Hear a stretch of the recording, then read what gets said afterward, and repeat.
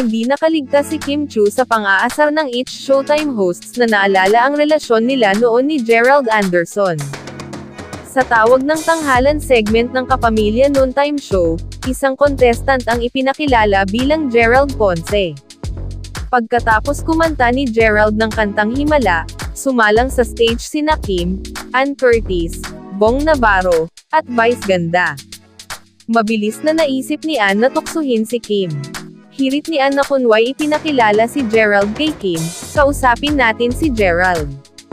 Gerald, Kim, Gerald. Sabay napatili at napahalakhak si Ann na bumaling kay Kim. Hindi man tuwirang nabanggit si Gerald Anderson sa usapan, halatang ito ang naalala ni Ann. Nagets naman agad ni Kim, at natawa na lang din ito.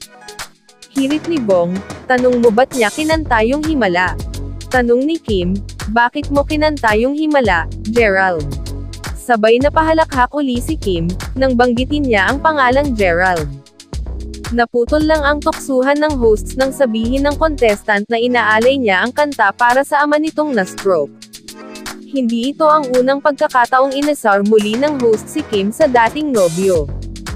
Noong June 24, 2023, inasar din ng host si Kim sa contestant ng Isip Bata, na ang pangalan ay Gerald. Malinaw na katuwaan lang ang tuksuhan dahil nag-disclaimer si Vice, "Hoy, friends sila."